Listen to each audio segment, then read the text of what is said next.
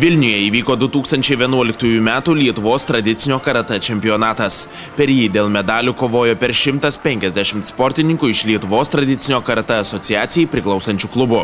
Geriausiai turnyre sekėsi klubo Lūšis sportininkams. Komandinėje įskaitoje surinkusiems 58 taškus ir tvirtai užėmusiems pirmąją vietą.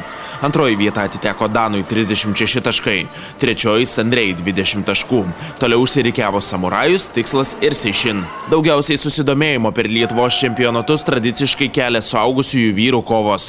Šiemet pajėgiausi šalies tradicinio karatė atstovai kovojo Katos, Kumite ir Fukugo rungtyse. Per jas geriausiai sekėsi Lūšies auklėtiniui Dominykui Žibučiui, susižėrusiam po vieną visų spalvų medalį.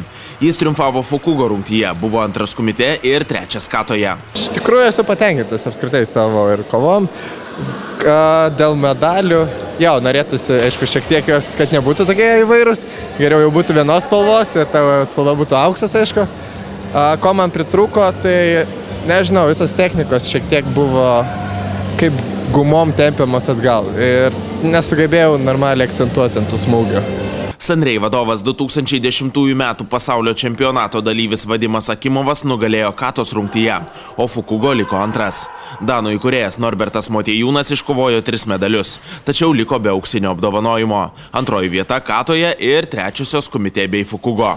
Per lemiamą Fukugo kovą Lūšies sportininkas įveikė Vadimą Akimovą, kuriam rungtis akivaizdžiai trukdė traumuotą koją. Sandrei vadovas galėjo atsisakyti kovoti, tačiau to nepadarė. Iš tikrųjų, čia buvo tokia mintis parodyti savo sportininkams, savo klubo mažiems sportininkams, kad gyvenime reikia įveikti viską. Ir skausmą, ir kažkokį nepasitenkinimą, ir reikia tikrai visą laiką stengtis padaryti viską, ką tu gali. Tik tada gali pasiekti kažko. Tarp dailiosios lyties atstovių meistriškumu vėl įsiskyrė 18-metė Lūšies sportininkė Dovilė Ladaitytė. Ji paskutinį kartą kovojo jaunimo grupėje ir tapo abiejų rungčių Kata ir Kumite čempione. Nepaisant jauno amžiaus, Dovilė Ladaitytė neseniai sulaukė tarptautinio pripažinimo.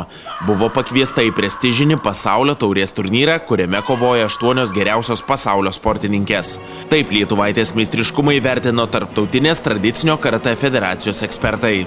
Širdyje tikėjaus galbūt kada nors, bet ne šiais metais. Tačiau yra kaip yra, labai džiaugiuosi. Svarbiausia, kaip aš sakau, nepasišiukšlint. Padaryti kaip galiu geriausiai ir tai yra mano aukščiausias tikslas, nes tai yra man pirmos tokio lygo varžybos. Lietuvos tradicinio karatė asociacijos prezidentas, Lietuvos čempionato vyriausiasis teisėjas Giedrius Dranevičius pasibaigusi Lietuvos čempionatą įvertino labai gerai. Iš organizacinės pusės renginys vykęs. Viskas vyko sklandžiai, neturėjom jokių traumų, neturėjom jokių protestų, jokių skundų. Ir finalinės kovos buvo gražios. Iš tiesų, vaikai iki 14 metų pademonstravo tikrai aukštą meistriškumą. Turėjom šiais metais kaip niekad gausią jaunimo rungtį. Nes jaunimas visą laiką ateina 12-11 klasė, jie ar kompleksuoja, ar būna užsivertę mokslais, pradeda nebestartuoti. Ir šį kartą dalyvavo apie 20 sportininkų toje amžiaus kategorijoje ir buvo didžiulė konkurencija. Tarp suaugusių tokių siurprizų didelių nebuvo.